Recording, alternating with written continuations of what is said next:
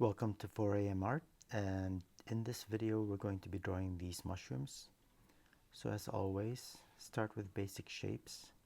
Whenever you're drawing a set of flowers, mushrooms, whatever, you'll want to make sure that the sizes are varied and to look as natural as possible.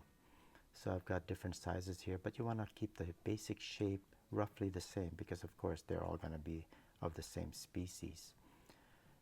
So we've got these mushrooms that are kind of curving away from us, and so we're going to see the undersides of these mushrooms.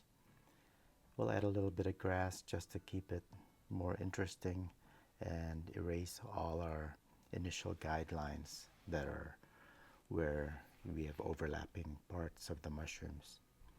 Underneath the caps of these mushrooms is the annulus. It's kind of like another structure that goes and extends beyond the sides of the stems.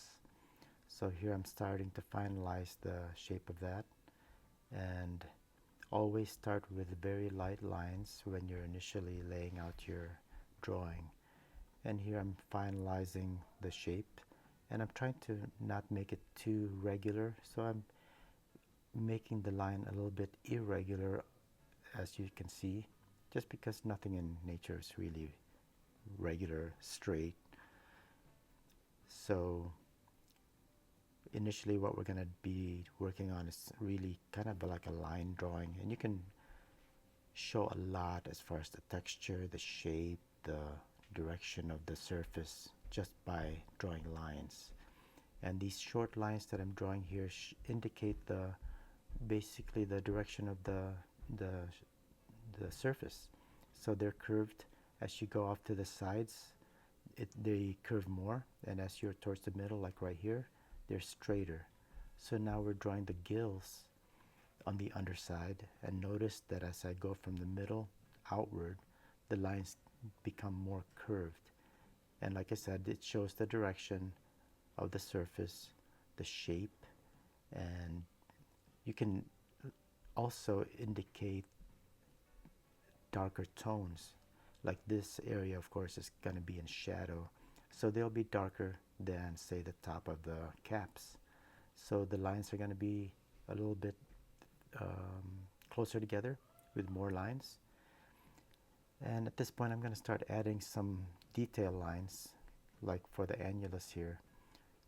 As the mushroom grows, there'll be some splitting, and of course there's some details on the surface of the mushroom stems and the cap, all the surfaces really. And just these short lines can easily indicate that it's not just perfect surfaces. So again, the cap, again we've got some splitting as well as just surface imperfections.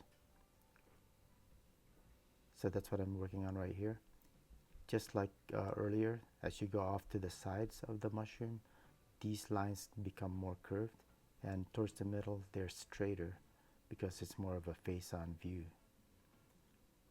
As you draw these detail lines, just keep them a little bit varied so that it's not too regular. These are more detail lines, details of the surface, and here I'm just using dots to show that it's not perfect. Just like with lines, the more marks that you put, in this case dots, the darker the tone in that area. So I just add a lot more dots towards the sides to show that there's shading here, there's more tone, more dark tones. And again, the surface here isn't going to be perfectly even, so I'm adding more lines just to vary the tonal character of the gills and to show that it's in shade. Again, more lines towards the edges of the stems will give it more of a three-dimensional feel. And at this point we could leave this just as it is, and it would be a simple line drawing.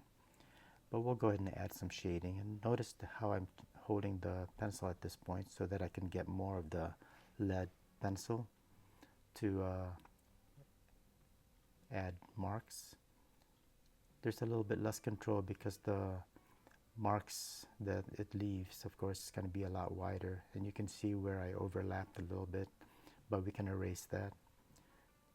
Work your way up to the dark values that you want, of course, very slowly. And as I want more precision and control of these shadow areas, the values that I want to put down, I'll hold the pencil more traditionally, but still not right at the very tip, so I can be a little bit light with a touch that I can put on paper.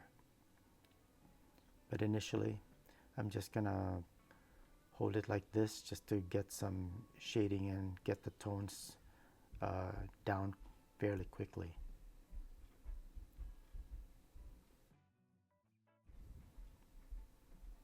Alright, so here I am with my traditional pencil grip, because I want to be a little bit more precise with my details.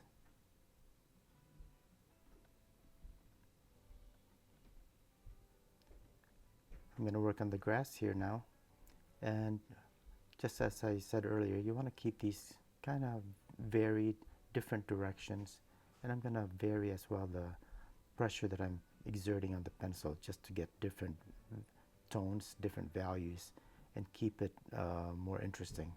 I will also add some pretty dark tones just because there are shadows in between these blades of grass. And you don't want them to be all straight going across as well. Notice that I have kind of a V shape going here at the very bottom of the drawing. At this point, the drawing's pretty much done, so you want to go back and look it over carefully, and you want to keep the overall tonality of the drawing fairly even throughout the drawing. So I have a tendency, this part right here is where I mentioned I kind of went over, so I just erase it real quick. So I have a tendency to put in some of the darkest values and make it too dark in one section, but not dark enough in other areas. So I'll just go back and try to make it as even as possible. So I hope you found this useful. If so, please like, share, and subscribe, and check out this next video for more tutorials.